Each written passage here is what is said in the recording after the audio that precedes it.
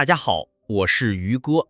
在几十亿年前的地球，海洋并不是蓝色宁静的家园，而是一锅危险的毒汤。一项新研究发现，古老的复杂生命体，也就是最早的真核生物，竟然学会了囤毒，来在这种恶劣环境中生存。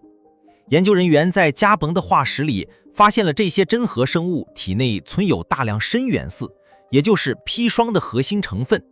更惊人的是，这些砷并不是后来的污染，而是这些生命体自己主动储存的，就像给毒药装上了保险盒，锁进细胞的小仓库里，以避免中毒。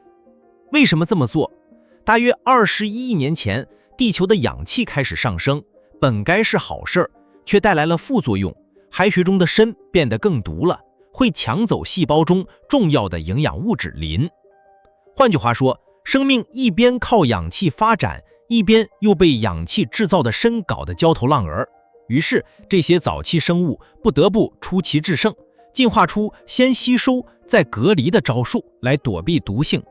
这种机制非常类似于今天海洋里的浮游生物，它们至今仍在与砷斗智斗勇，努力把它从体内清除出去。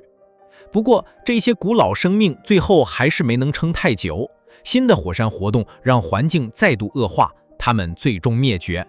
但研究者认为，这类毒素隔离机制可能在地球历史上不止一次演化出来，说明要想活得久，先得能抗毒。